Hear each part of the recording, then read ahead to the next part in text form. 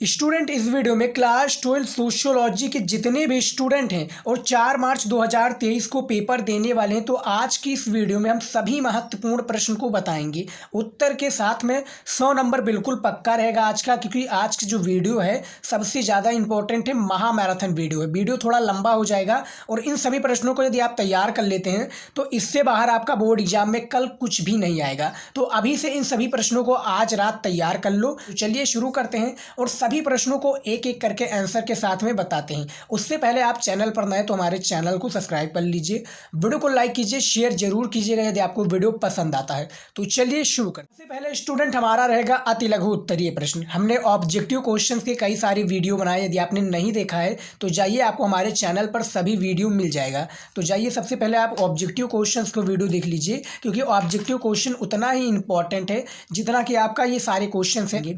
तो देखिए, जो पहला प्रश्न क्या है अति लघु उत्तरीय का, समाजशास्त्र का है स्टूडेंट, याद रखिएगा। देखिए, उपनिवेशवाद के दौरान अंग्रेजी शिक्षा का भारतीय पर क्या प्रभाव पड़ा। जो अंग्रेजी शिक्षा है उपनिवेशवाद के, जो भारत का भारतीय शिक्षा पर प्रभाव क्या पड़ा, इसको बताना है।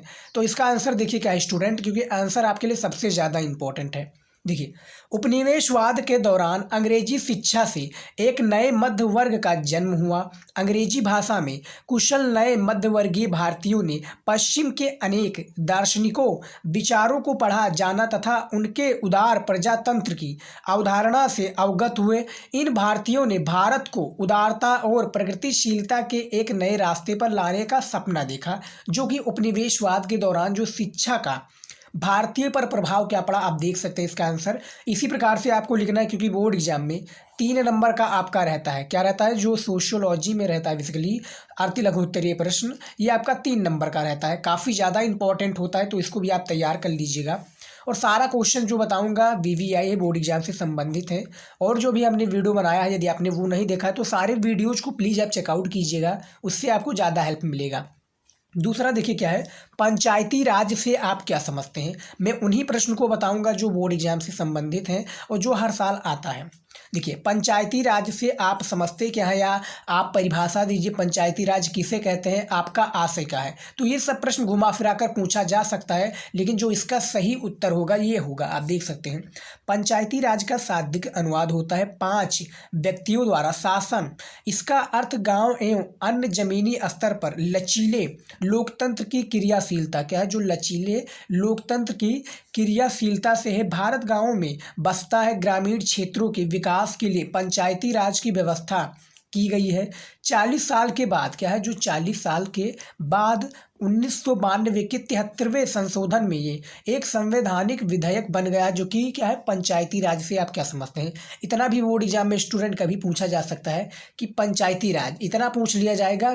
तो आपको यहाँ पर परिभाषा देना रहता है, जैसा कि हम आपको देख सकते हैं किस प्रकार से हमने दिया हुआ है। दूसरा प्रश्न भी हमारा हो गया। चलिए देखते हैं हमारा अगला प्रश्न क्या है, क्योंकि सभी इंपॉर्टेंट है, सभी को आप तैयार कर लेंगे तो आप ही के लिए बेटर होगा। बोर्ड एग्जाम में आप ही लिखेंगे, हम नहीं जाएंगे लिखने। चलिए देखते हैं। तीसरा प्रश्न हमारा क्या आ चुका है, स्क्रीन पर देख सकते हैं। बहुत ही ज़्यादा इंपॉर्टेंट, सारा क्वेश्चन से तैयार कर लीजिएगा। और जो भी हमने ऑब्जेक्टिव क्वेश्चंस और इंपॉर्टेंट टॉपिक्स लॉन्ग क्वेश्चंस को बताया है, उन सभी को आप तैयार कर लीजिएगा। बोर्ड एग्जाम में उससे बाहर कुछ नहीं आएगा। देखिए, संरचनात्मक और सांस्कृतिक परिवर्तन घनिष्ठ रूप में एक दूसरे से संबंध है, उदाहरण दीजिए। क्या है, जो संरचनात्मक और सांस्कृतिक परिवर्तन है ये घनिष्ठ रूप से एक दूसरे से क्या है, संबंध यानी मिले हुए हैं, उदाहरण दीजिए, यानी इसका उदाहरण सहित समझाइए। इस प्रकार से भी पूछा जा सकता है। आंसर देखिए क्या है, भारतीयों के लिए भूमि उत्पादन का एक महत्वपूर्ण साधन होने के साथ साथ संपत्ति का भी एक महत्वपूर्ण प्रकार है। केवल कृषि है जो कि उनकी जीविका का एक प्रकार है। जैसे तमिलनाडु क्या है, तमिलनाडु में पोंगल, असम में बिहू, पंजाब में बैसाखी, कर्नाटक में क्या है, उगाड़ी आदि सब मुख्य रूप से फसल काटने के समय मनाए जाते हैं। क्या है, जो त्यौहार मनाए जाते हैं और नए कृषि मौसम के आने की घोषणा करते हैं। यानी जो भारतीय हैं, भारतीय जो गांव के भारतीय हैं, वो क्या करते हैं, वो अपना कृषि से जीवन यापन करते हैं।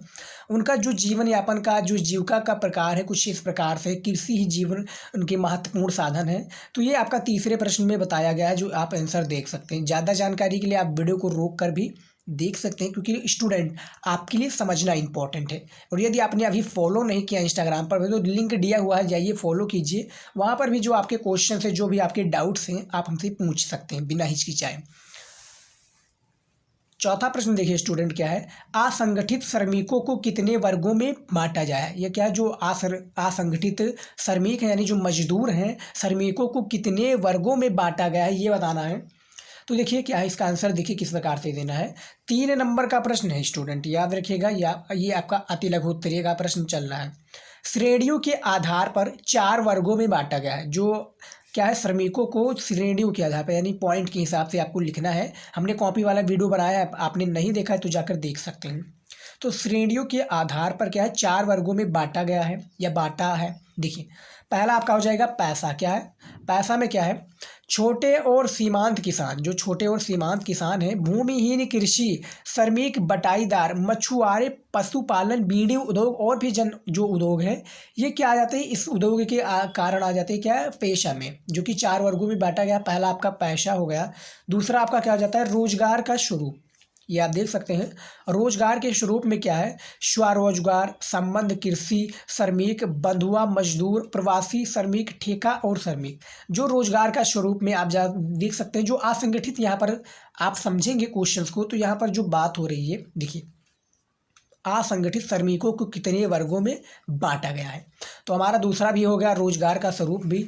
अब तीसरा देखिए क्या है, अति विपदाग्रस्ता। क्या है, अति विपदाग्रस्ता श्रेणियाँ। अब इसके अंतर्गत देखिए क्या है, सिर पर मैला ढोने वाले। क्या है, सिर पर जो मैला ढोने वाले, सिर पर बोझा ढोने वाले, इनको अति विपदाग्रस्त श्रेणियाँ कहते हैं। यानी जो श्रमिक होते हैं उनकी वर्ग में कौन कौन सी जो काम आता है, जो श्रमिक आता है, कौन कौन सा काम करते हैं, वो इसमें बताया गया है। चौथा आपका आ जाता है क्या, सेवा श्रेणियाँ। क्या है, सेवा श्रेणियाँ। अब इसमें देखिए क्या है, दाइयाँ, घरेलू कामगार। क्या है, घरेलू कामगार, मछुआरे और महिलाएं, नई रेहड़ियों पर फल और सब्जियां बेचने वाले, अखबार विक्रेता आदि सेवा श्रेणियों में आ जाते हैं। तो ये कुछ 4 क्या है, 4 आपका असंगठित श्रमिकों को कितने वर्गों में बांटा गया है या 4 श्रेणियों में बांटा गया है। आप देख सकते हैं किस प्रकार से इसका आंसर हमने दिया हुआ है। ये आप वीडियो को रोक कर भी ज़्यादा जानकारी के लिए देख सकते हैं, क्योंकि आपके लिए समझना इंपॉर्टेंट है स्टूडेंट। और कॉपी वाला वीडियो आपने नहीं देखा है तो हमने नागरिक शास्त्र पर भी कॉपी वाला वीडियो बनाया हुआ है और जियोग्राफी वाला है। तो आप नागरिक शास्त्र वाला सेम उठाकर आप अपने सोशियोलॉजी में पेस्ट कर दीजिएगा, जो भी आपका प्रोसेस सेम उसी प्रकार से रहेगा। 5वां प्रश्न देखिए स्टूडेंट क्या आ चुका है। 5वां प्रश्न हमारा देखिए, कार्ल मार्क्स के विचारों से प्रभावित विद्वानों ने सामूहिक हिंसात्मक गतिविधि को किस रूप में प्रस्तुत किया है। क्या है, जो कार्ल मार्क्स हैं, इनके जो विचारों से प्रभावित विद्वानों ने सामूहिक हिंसात्मक, आप देख सकते हैं, गतिविधि को किस रूप में प्रस्तुत किया है, ये आपको प्रेजेंट करना है। आप इसका आंसर देखिए किस प्रकार से देना है, क्योंकि 3-3 नंबर वाला आपका शायद 8 क्वेश्चन बोर्ड एग्जाम में पूछे जाते हैं। तो ये तैयार कर लेंगे तो आप ही के लिए बेटर होगा, क्योंकि आपके लिए स्टूडेंट एक नंबर बोर्ड एग्जाम में इंपॉर्टेंट है, बहुत ही ज़्यादा इंपॉर्टेंट है। तो छोड़िएगा मत, कॉपी आप भरिए, किस प्रकार से भरिए हमें नहीं पता, आप भरिएगा कॉपी, लिखिएगा, उसका आंसर दीजिएगा, कोई भी क्वेश्चन नहीं छोड़ेंगे। क्योंकि एग्जामिनर क्या देखता है, वो देखता है कि कॉपी आपने लिखा है, यदि आपने लिखा ही नहीं होगा तो वो नंबर किस पर देगा।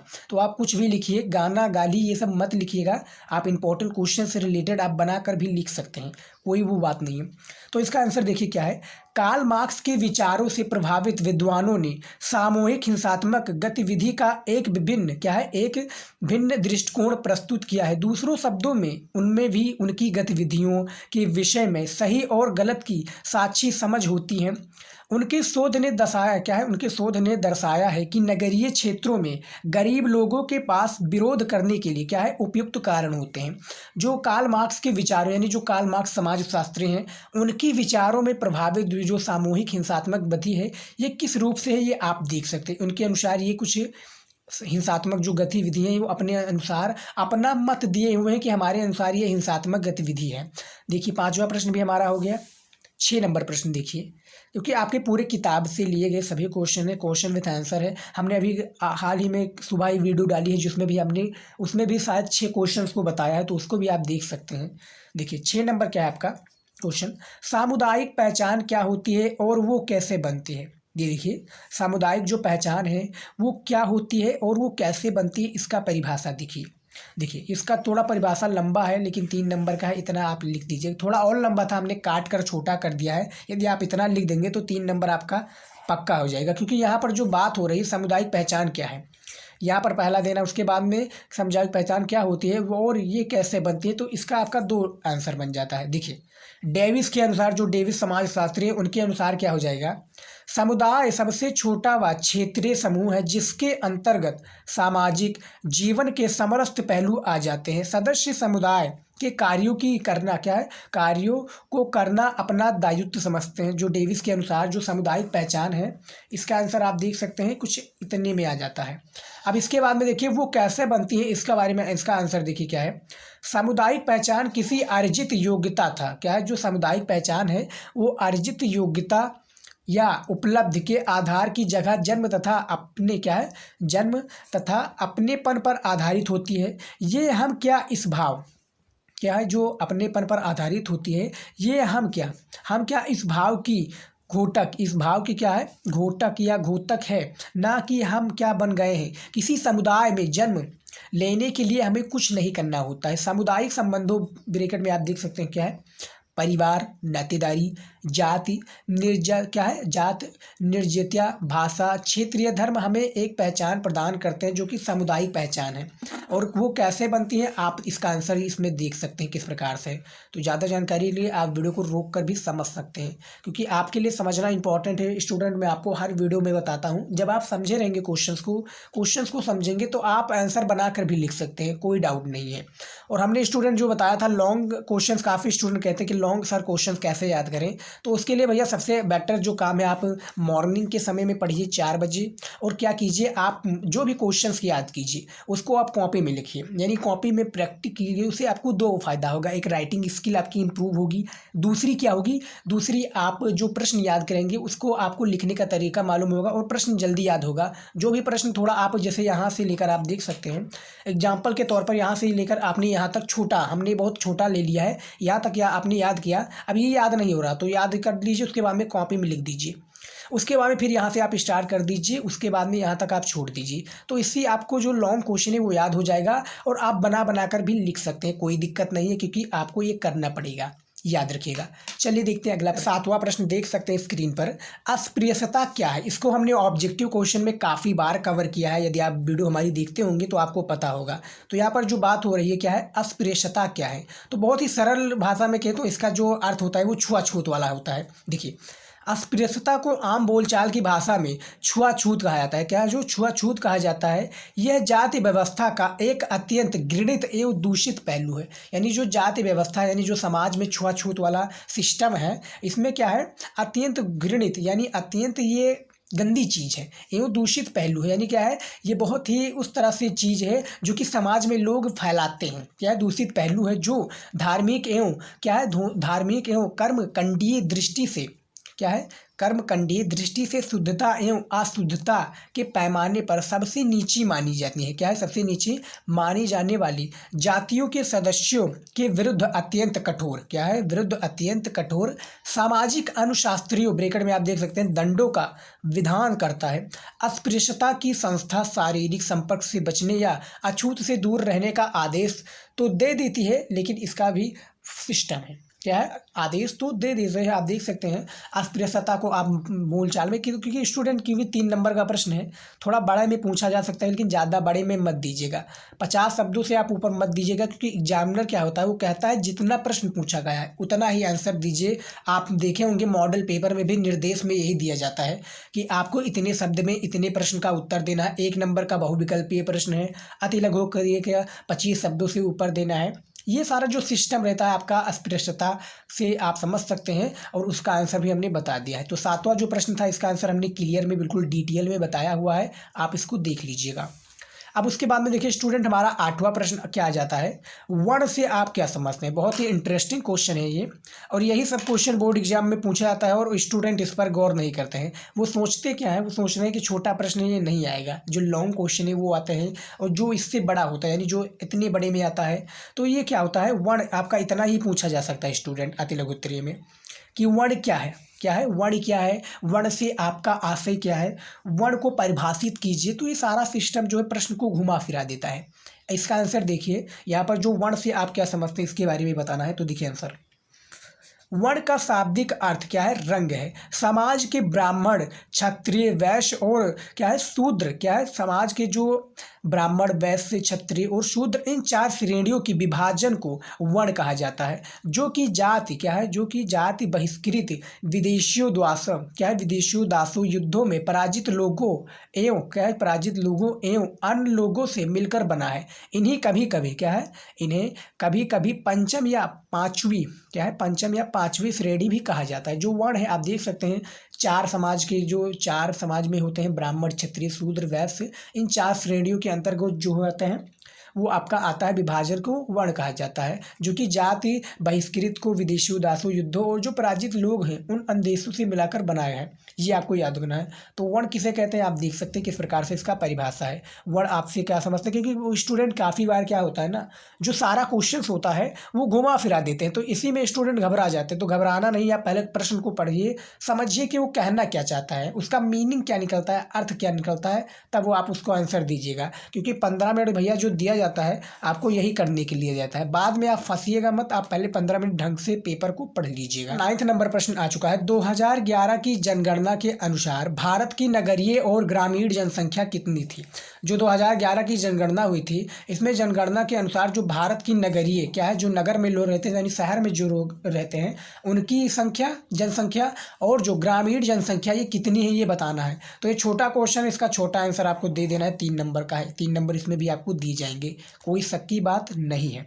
और यदि आपने अभी तक चैनल पर नए तो चैनल को भैया सब्सक्राइब कर लीजिए, 2 ही सेकंड लगता है, आपके लिए हम दिन रात मेहनत करते हैं, तो आप चैनल को सब्सक्राइब कर लीजिए। और शायद ही आपका लास्ट पेपर है सोशियोलॉजी का, आज के बाद में आपका खत्म हो जाएगा पेपर, तो इनको तैयार कर लीजिएगा। देखिए 2011 की जो जनगणना के अनुसार क्या है, जनगणना के अनुसार नगरीय जनसंख्या क्या है, 377.11 मिलियन। उसके बाद में ब्रैकेट में आप रख सकते हैं 31.6% ब्रैकेट बंद। और ग्रामीण जनसंख्या क्या है, ग्रामीण जो जनसंख्या है 833.08 मिलियन, और ब्रैकेट में आप 68.84% है, जो कि क्या है 2011 के जनगणना के अनुसार मिलियन, और जो ग्रामीण की जनसंख्या के अनुसार कितना कितना है जनसंख्या, आप देख सकते हैं कितना है, प्रतिशत कितना है, पूरा इसमें हमने बताया हुआ है। तो ज़्यादा जानकारी के लिए आप वीडियो को रोक कर भी समझ सकते हैं। उसके बाद में देखिए स्टूडेंट 10 नंबर प्रश्न क्या है, सी राइट मिल्स कौन थे। बहुत ही इंपॉर्टेंट क्वेश्चन है, और शायद ये आपका जो चैप्टर 1 है उससे लिया गया ये प्रश्न है। जो सी राइट मिल्स हैं ये कौन थे, ये आपका पूछा जाएगा बोर्ड एग्जाम में। तो देखिए इसका परिभाषा किस प्रकार से देना है, क्योंकि हम सभी इंपॉर्टेंट अति लघु उत्तरीयों को बताएंगे। क्योंकि जो आपकी स्टूडेंट कॉपी की शुरुआत होती है बहुविकल्पीय, अति लघु उत्तरीय, लघु उत्तरीय, विस्तृत उत्तरीय, तो यदि आपका बहुविकल्पीय और अति लघु उत्तरीय है गलत होगा तो आप किस प्रकार से लिखेंगे बोर्ड एग्जाम में। तो इसका आंसर देखिए क्या है, एक अमेरिकी समाजशास्त्री क्या है, जो एक अमेरिकी समाजशास्त्री थे, वो वर्ष 1986 थे क्या है, जो वर्ष 1986 से वर्ष 1962 तक कोलंबिया विश्वविद्यालय, ब्रैकेट में आप रख सकते हैं यूएसए, क्या है यूएसए में समाजशास्त्र के प्रधानाध्यापक थे। उन्हें समाजशास्त्र के उन्हें समाजशास्त्र के अभिजात सिद्धांत के लिए जाना जाता है। उनकी प्रसिद्ध रचना पावर एलिट है, जो कि पावर एलिट बारे में आपने सुना होगा कि पावर एलिट किसकी रचना है, तो सी राइट मिल्स की, याद रखिएगा।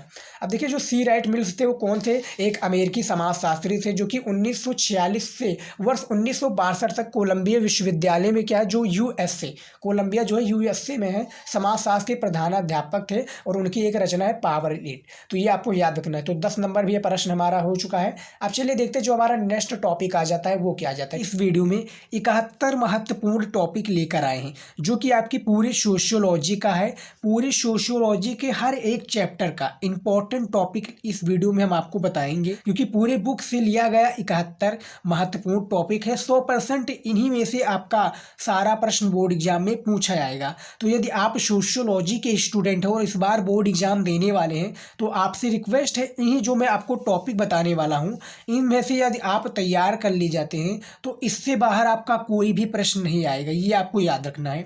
तो चलिए स्टार्ट कर। आपके स्क्रीन पर रहा, देखिए क्या है पहला चैप्टर। पहले चैप्टर से हम शुरुआत करेंगे, भारतीय समाज एक परिचय। सोशियोलॉजी का मोस्ट इंपॉर्टेंट चैप्टर है पहला। अब देखिए इनमें से कौन कौन से जो आपके टॉपिक हैं इंपॉर्टेंट हैं। पहला आपका आ जाएगा भारतीय चेतना जन्म।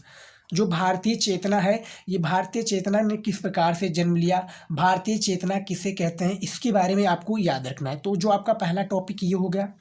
दूसरा देखिए भारतीय समाज और संरचना, क्योंकि भैया भारतीय समाज एक परिचय, ये जो आप चैप्टर का नाम है इससे रिलेटेड काफ़ी प्रश्न पूछ लिया जाएगा कि भारतीय समाज किसे कहते हैं, भारतीय समाज और संरचना में डिफरेंस क्या है, भारतीय समाज और संरचना का अलग अलग परिभाषा दीजिए। तो ये आपका दूसरे टॉपिक में हो जाएगा।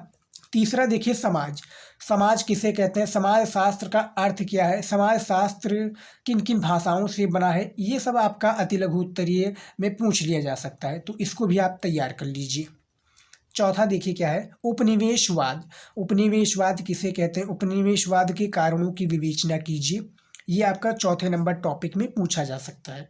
ये सभी आप कॉपी पेन लेकर बैठ जाइए। सारे टॉपिक में जितने भी बता रहा हूँ, मेरी गारंटी यदि आप इन 71 टॉपिक को तैयार कर लेते हैं, इससे बाहर कुछ भी आपका नहीं आएगा। खासकर सोशियोलॉजी में जो भी आपका 100 नंबर का पूर्णांक है पूरा कंप्लीट हो जाएगा। काफ़ी स्टूडेंट ने कमेंट किया है, तभी आज का ये वीडियो हम आपको लिए लेकर आए हैं। पांचवा देखिए क्या है, समाजशास्त्र के प्रथम चरण है, समाजशास्त्र के प्रथम चरण क्या है, समाजशास्त्र के प्रथम या तीसरे चरण क्या है, तो इसके बारे में भी आपको बताना है। पांचवा प्रश्न है, पांचवा टॉपिक है। तो इन जो आपका भारतीय समाज एक परिचय जो पहला चैप्टर है, उसी से शायद 5 टॉपिक थे निकले हुए हैं, तो इसको भी आप तैयार कर लीजिएगा। अब हमारा आ जाता है दूसरा जो चैप्टर है, भारतीय समाज के जनांकीय संरचना क्या है, जो भारतीय समाज की जनांकीय संरचना है, उससे जो हमारा इम्पोर्टेंट टॉपिक निकलता है। देखिए क्या क्या निकलता है, क्योंकि इस वीडियो में हम पूरा आपका सोशियोलॉजी ख़त्म करने वाले हैं और लास्ट में हम आपको एक सरप्राइज भी देने वाले हैं जो कि बहुत ही ज़्यादा इंपॉर्टेंट है यदि आप वीडियो में बने रहते हैं।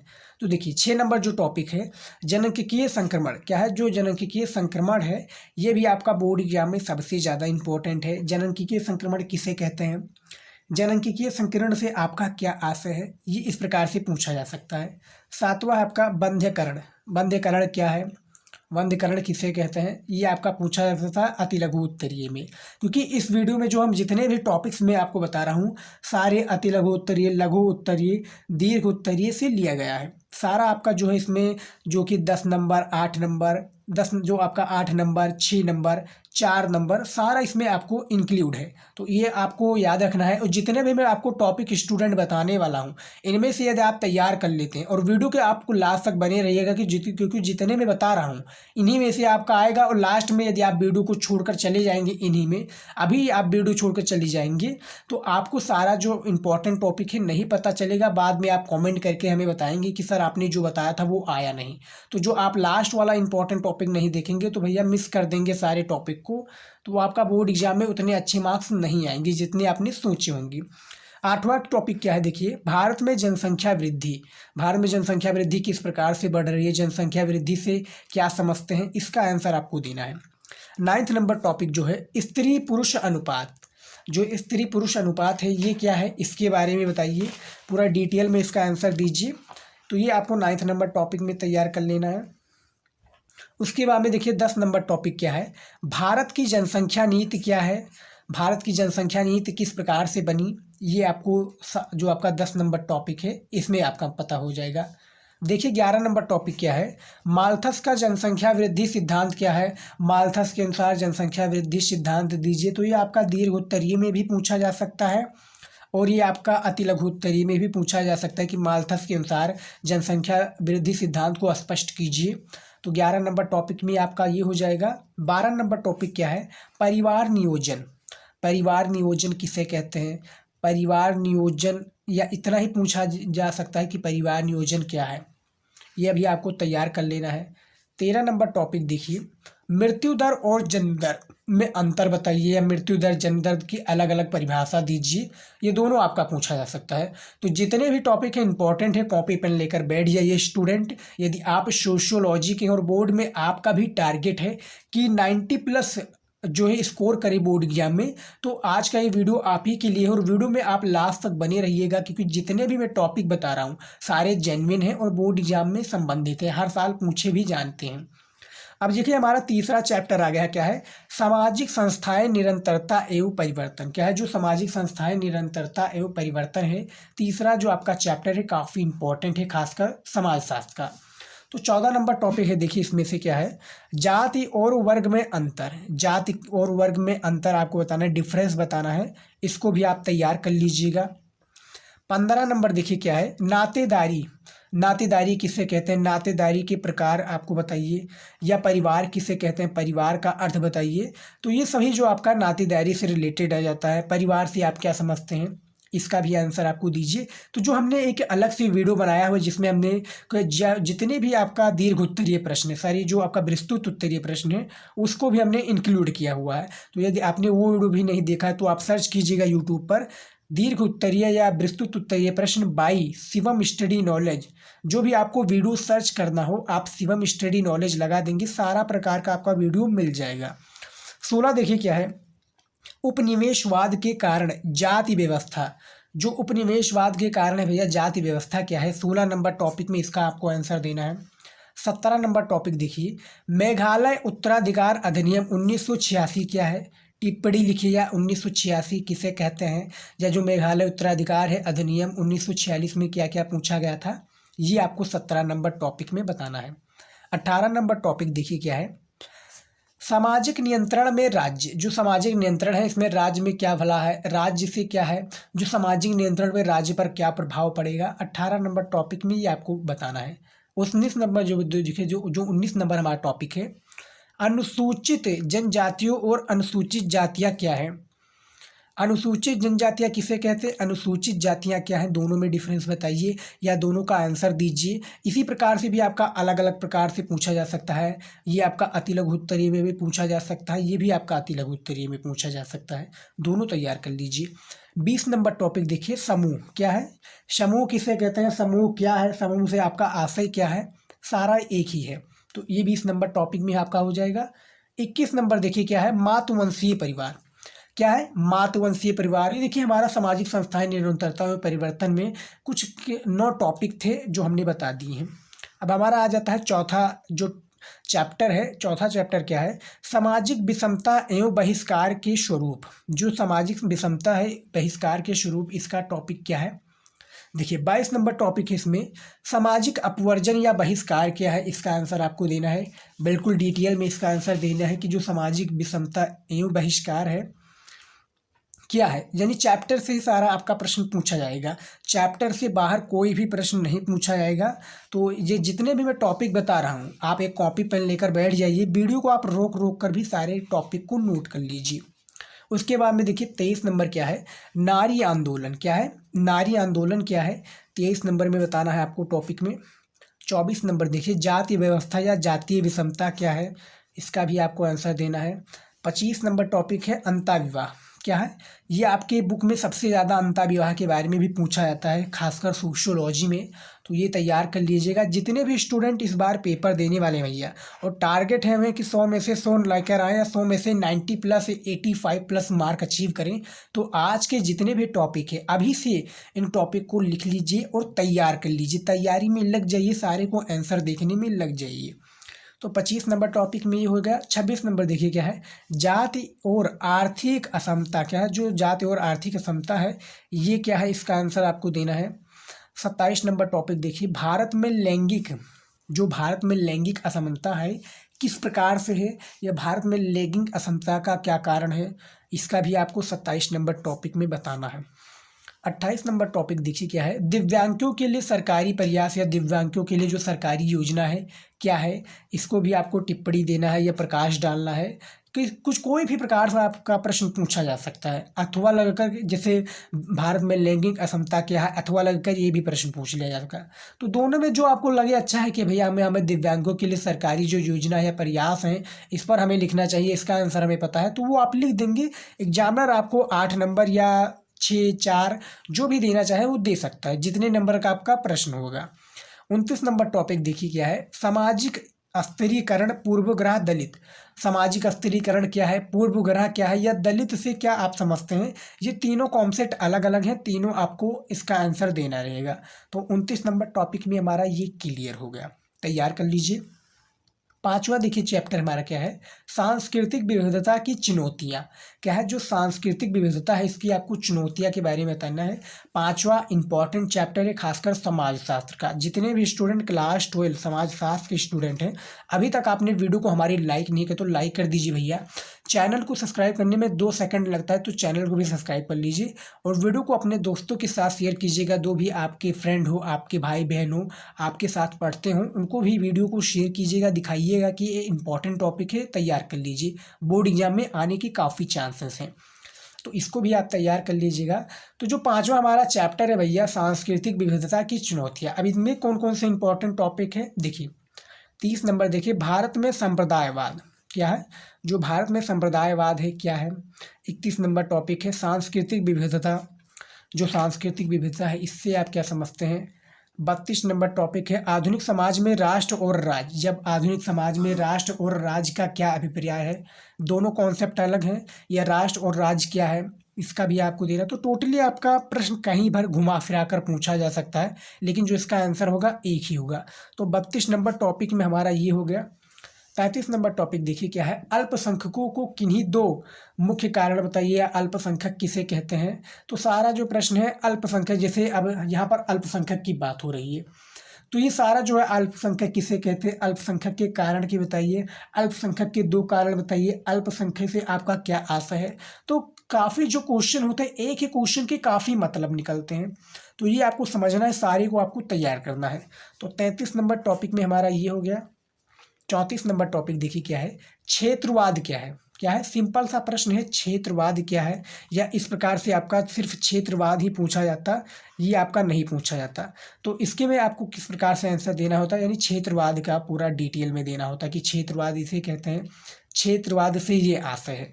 तो 34 नंबर प्रश्न जो आपका 34 नंबर टॉपिक है ये आपको क्लियर कर दिया है। अब देखिए हमारा 35 नंबर टॉपिक आ जाता है धर्मनिरपेक्षता।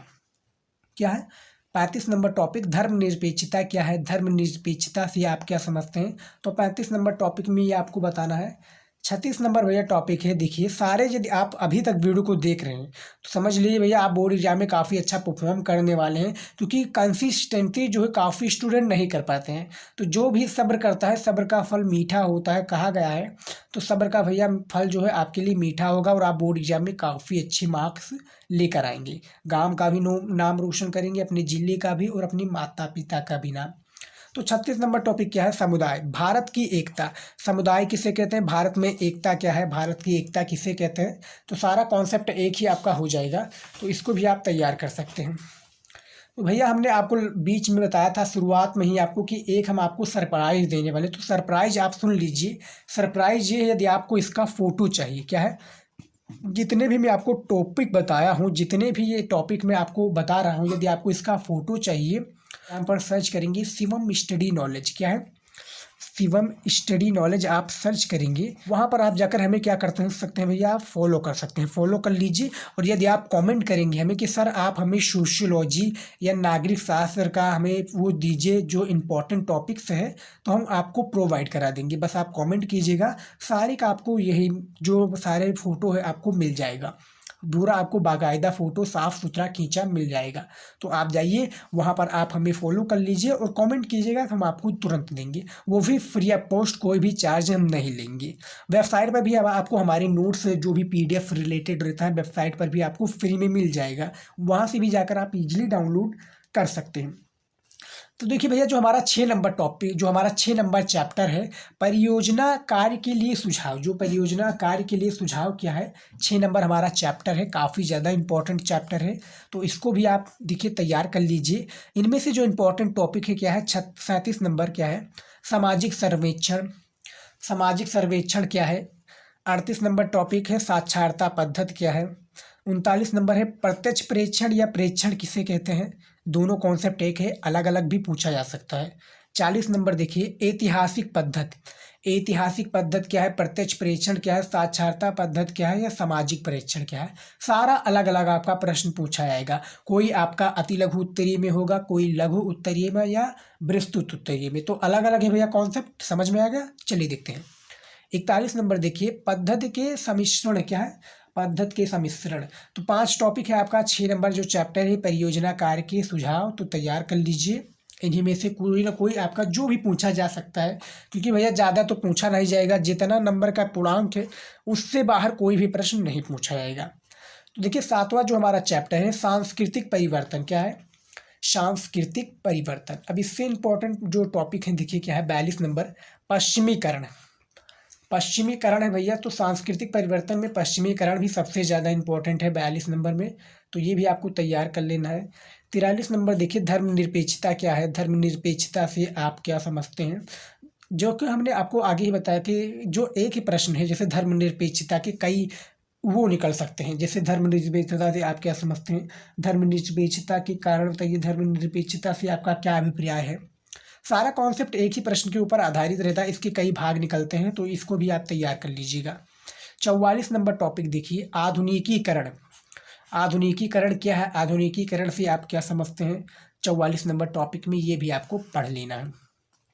45 नंबर टॉपिक देखिए सामाजिक परिवर्तन, ये भारतीय समाज, सामाजिक परिवर्तन किसे कहते हैं या भारतीय समाज से आपका क्या अभिप्राय है, ये आपका सांस्कृतिक परिवर्तन में पूछा गया इंपॉर्टेंट टॉपिक है।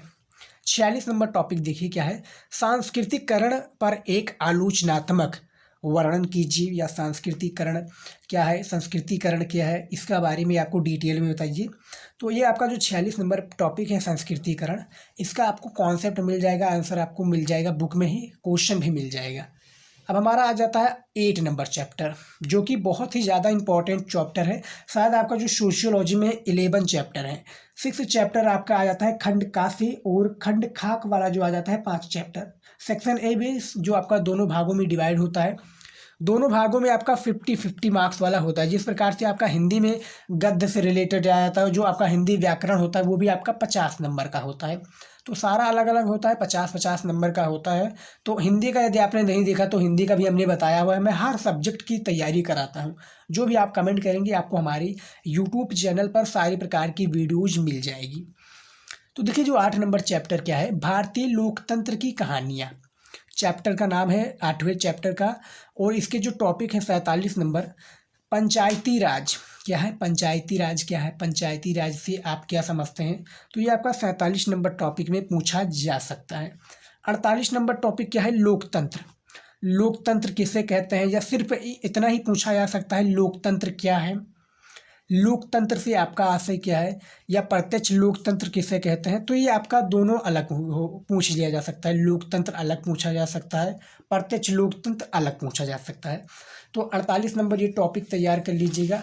कुल मिलाकर हमारे पास जो है सोशियोलॉजी के 71 टॉपिक हैं, और सारे टॉपिक इंपॉर्टेंट हैं, जेन्युइन हैं, हर साल आने वाले हैं, कोई भी कहीं से भी टॉपिक पूछा जा सकता है। यदि आप तैयार करे रहेंगे तो जितने भी टॉपिक में से कोई भी प्रश्न पूछा जा सकेगा, तो आप आंसर तो जानेंगे भैया, तुरंत लिख देंगे और काफ़ी अच्छा मार्क्स लेकर आएंगे। 49 नंबर देखिए टॉपिक क्या है, भारतीय लोकतंत्र में राजनीतिक। जो भारतीय लोकतंत्र है इसमें राजनीतिक क्या है, इसका भी आपके बारे में बताना है। जो भारतीय लोकतंत्र है इससे ये अभिप्राय है। 50 नंबर टॉपिक देखिए क्या है, सारे टॉपिक इंपॉर्टेंट है, और वीडियो को लाइक नहीं किया तो लाइक कर दीजिए भैया, लाइक का टारगेट ज़्यादा नहीं है। सामाजिक परिवर्तन में भारतीय समाज, जो सामाजिक परिवर्तन है इनमें भारतीय संविधान क्या है। 51 नंबर है प्रजातंत्र में दबाव, दबाव समूह क्या है, हित समूह क्या है, ये तीनों आपका कॉन्सेप्ट अलग हो जाएगा, ये आपको तैयार कर लेना है। 9th नंबर चैप्टर क्या है, ग्रामीण समाज में विकास एवं परिवर्तन। 9th नंबर चैप्टर है सोशियोलॉजी का, जो भी आर्ट्स के स्टूडेंट हैं उनके लिए। तो जो ग्रामीण समाज में विकास एवं परिवर्तन के लिए तत्पर हैं क्या है, देखिए 9th नंबर चैप्टर का इंपॉर्टेंट टॉपिक। इसमें कुछ ज़्यादा इंपॉर्टेंट टॉपिक है, क्योंकि जो 9th नंबर चैप्टर है बहुत ही ज़्यादा इंपॉर्टेंट है, और इससे काफ़ी क्वेश्चंस बोर्ड एग्जाम में पूछे भी जाते हैं। 52 नंबर टॉपिक देखिए क्या है, कृषक समाज। कृषक समाज क्या है, सिंपल सा प्रश्न पूछा जा सकता है। हरित क्रांति से आप क्या समझते हैं, हरित क्रांति किन किन राज्यों में सबसे ज़्यादा चली, हरित क्रांति से कौन कौन से लाभ हुए, हरित क्रांति से कौन कौन से हानि हुई, इसके बारे में आपको पूरा कॉन्सेप्ट क्लियर होना चाहिए। 54 नंबर जो टॉपिक है, परबल जात क्या है, परबल जात और हलपत क्या है, दोनों कॉन्सेप्ट अलग है, इसको भी आप तैयार कर लीजिएगा, ये शायद आपका अति लघु उत्तरीय में प्रश्न पूछा जाएगा। 55 नंबर देखिए क्या है, भूमि सुधारों क्या है, भूमि सुधारों आंदोलन क्या है, तो इसको भी आप तैयार कर लीजिए भैया। और 56 नंबर टॉपिक देखिए क्या है, स्वतंत्रता के बाद ग्रामीण समाज, यानी जो 1947 के बाद में जो हमारा समाज है ग्रामीण, ये किस प्रकार से है, आगे किस प्रकार से चल रहा है, इसका जो रहन सहन है किस प्रकार से है, अब वो क्या कर रहा है स्वतंत्रता के बाद जो ग्रामीण समाज है। तो कॉन्सेप्ट इसका पूरा आपको समझाना पड़ेगा। उसके बाद में 57 नंबर टॉपिक देखिए क्या है, ग्रामीण और नगरीय समाज अंतर बताइए। ग्रामीण समाज क्या है और नगरीय जो समाज है इसमें आपको अंतर बताना है, डिफरेंस बताना है दोनों में, कि ग्रामीण समाज किसे कहते हैं, इसमें क्या अलग है नगरीय समाज से, या नगरीय समाज किसे कहते हैं। 57 नंबर टॉपिक में ये आपका क्लियर होना चाहिए। उसके बाद में देखिए 58 नंबर टॉपिक क्या है, भूमि हदबंदी क्या है, भूमि हदबंदी, भूमिहीन कृषकों मजदूरी। तो दोनों कॉन्सेप्ट भैया अलग है, तैयार कर लीजिएगा। और सारे जो भी मैं टॉपिक बता रहा हूँ, टॉपिक को आपको देखने से ये नहीं है, कॉपी पेन लेकर बैठ जाइए, सारे टॉपिक को नोट कर लीजिए। उसके बाद में देखिए 59 नंबर क्या है, जमींदारी और रेतवाड़ी क्या है। जमींदारी क्या है या रेतवाड़ी किसे कहते हैं, तो दोनों आपका कॉन्सेप्ट ये भी आपका अलग अलग पूछा जा सकता है, या एक ही में पूछा जा सकता है, कहीं कहीं नहीं, कहा नहीं जा सकता भैया, तो तैयार कर लीजिएगा। 60 नंबर देखिए क्या है, संरचनात्मक और सांस्कृतिक क्या है, संरचनात्मक और सांस्कृतिक, दोनों में आपका 60 नंबर टॉपिक है, इंपॉर्टेंट टॉपिक है। या संरचनात्मक किसे कहते हैं, सांस्कृतिक किसे कहते हैं, ये भी आपका पूछा जा सकता है, तैयार कर लीजिएगा। उसके बाद में अब हमारा आ गया है सोशियोलॉजी का 10 चैप्टर, यानी 10वां नंबर चैप्टर है, औद्योगिक समाज में परिवर्तन और विकास। जो औद्योगिक समाज है इसमें परिवर्तन क्या है और उसका विकास किस प्रकार से हुआ, 10 नंबर चैप्टर है, इंपॉर्टेंट चैप्टर है। इसका जो टॉपिक है देखिए क्या है, 61 नंबर टॉपिक है, उदारीकरण ने रोजगार के प्रतिमानों। जो उदारीकरण है इसके जो रोजगार के प्रतिमानों की विवेचना आपको औद्योगिक समाज में करना है। चैप्टर आपका है काफ़ी ज़्यादा इंपॉर्टेंट, इसके टॉपिक भी काफ़ी दमदार हैं। 62 नंबर देखिए, टेररिज्म व्यवस्था क्या है। जो टेररिज्म व्यवस्था है ये क्या है, इसके बारे में भी आपको डिटेल में बताना रहेगा, तो इसको भी तैयार कर लीजिएगा। अब हमारा आ जाता है भैया 63 नंबर टॉपिक क्या है, 63 नंबर टॉपिक क्या है, भूमंडलीकरण तथा उदारीकरण क्या है, किसे कहते हैं भूमंडली तथा उदारीकरण, इसको भी आप तैयार कर लीजिएगा। 64 नंबर देखिए, अलगाव, उसके बाद में आपका ये है, चाहे अलगाव क्या है, या इतना ही पूछा जा सकता है, अलगाव या संगठित क्षेत्र। तो दोनों आपका कॉन्सेप्ट भैया अलग है, दोनों अलग अलग प्रश्न है, तैयार कर लीजिएगा। अब हमारा आ जाता है भैया 11 नंबर चैप्टर क्या है, 11 नंबर चैप्टर सामाजिक आंदोलन, और इस वीडियो का आखिरी चैप्टर है, सोशियोलॉजी का बुक का आखिरी चैप्टर है सामाजिक आंदोलन। तो सामाजिक आंदोलन क्या है भैया, 65 नंबर टॉपिक में देखिए, पारिस्थितिकीय आंदोलन। पारिस्थितिकीय आंदोलन क्या है, 65 नंबर टॉपिक काफ़ी ज़्यादा इंपॉर्टेंट है। लास्ट वाला जो चैप्टर है आपका सोशियोलॉजी का, बहुत ही ज़्यादा इंपॉर्टेंट है, काफ़ी क्वेश्चंस इसमें आते हैं, आप मॉडल पेपर को भी चेकआउट करेंगे तो ये मिल जाएगा।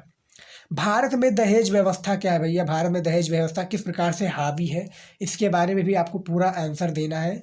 और उसके बाद में 67 नंबर देखिए टॉपिक क्या है, भारत में नव किसान आंदोलन या भारत में किसान आंदोलन क्या है, भारत के किसानों की प्रमुख जो समस्याएं क्या है, इसके किसान के आंदोलन का क्या क्या भूमिका है, इसके बारे में आपको 67 नंबर टॉपिक में क्लियर करना है।